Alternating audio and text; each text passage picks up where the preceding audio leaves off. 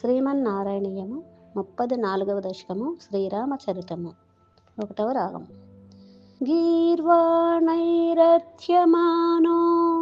దశముఖ నిదనం కోసలేశ్వస్య శృంగే పుత్రీయామిష్టిమిష్ట్వా దదుషి దశరథ క్ష్మాభృతే పాయసాగ్ర్యం తద్భుక్త్యా తత్పురం ధ్రీష్వపి తిసృషు సమం జాతగర్భాసు జాతో రామస్త్వం లక్ష్మణేన స్వయమథ భరతే నాపి శత్రుఘ్ననామ్నా. కృష్ణ కోదండీ కౌశకస్య క్రతువరమవితుం లక్ష్మణేనానుయాతో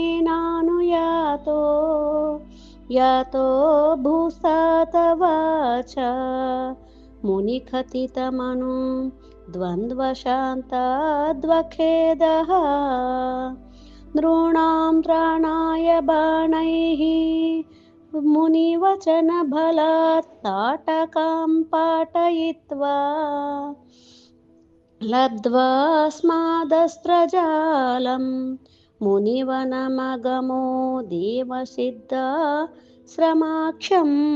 కృష్ణ మారీచం ద్రావయిత్వా మఖశిరసి శరై అన్యరక్షాంసి నిఘ్నన్ కల్యాం కుర్వన్నహల్యాం పథిపదరజసా ప్రాప్య వైదేహగేహం బిందానచ్చాంద్రచూడం ధనుర అవనిసుతాం మిందిరామేవ లబ్ధ్వా రాజ్యం ప్రాతిష్ఠతాస్త్వం త్రిభిరపి చ సమం భ్రాతృవీరై సదారైః.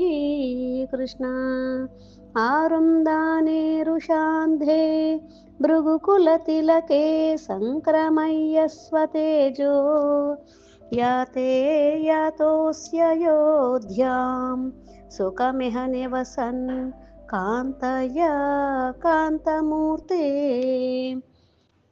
శత్రుఘ్నేనైకతాథో గతవతి భరతే మాతులస్యాదివాసం తాతారబ్ధోభిషేకః తవ కిల విహతః కేకయాధీశపుత్ర్యా.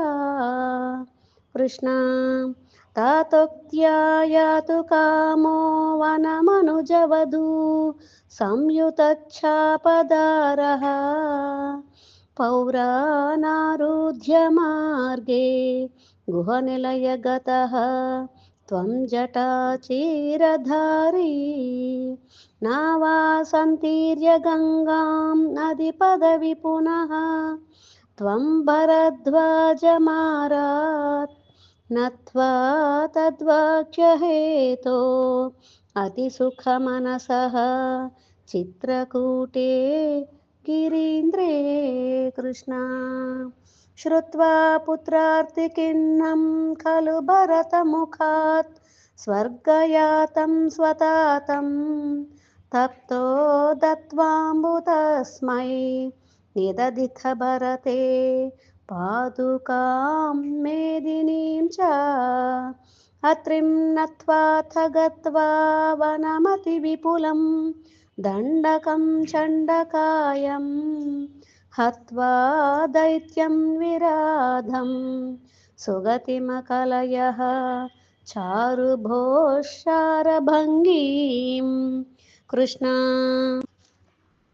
నత్వాగస్త్యం సమస్త శరణికరసపత్ర ఆకృతిం తాపసేభ్యః ప్రత్యశ్రౌషి ప్రియేషి తదను చ మునినా వైష్ణవే దివ్యచాపే బ్రహ్మాస్త్రే చాపి దత్తే పతిపితృసుహృదం వీక్ష్య భూయో జటాయుం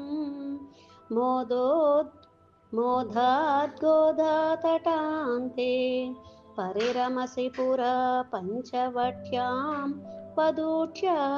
కృష్ణ प्राप्तायाः शूर्पणख्या मदनचलधृतेरनैर्निस्सहात्मा तां सौमित्रौ विसृज्य प्रबलतमरुषा तेन निर्लूननासां दृष्टैन्यां दृष्टचित्तं करमभिपतितां दूषणं च त्रिमूर्धम् व्यामिं शिराशरानप्ययुतसमधिकार तत्क्षणादक्षतोष्मा कृष्णा सोदर्या प्रोक्तवार्ता विवशदसमुखात् इष्टमारीचमाया सारङ्गं सारसाक्ष्या स्पृहितमनुगतः प्रावधीर्बाणघातं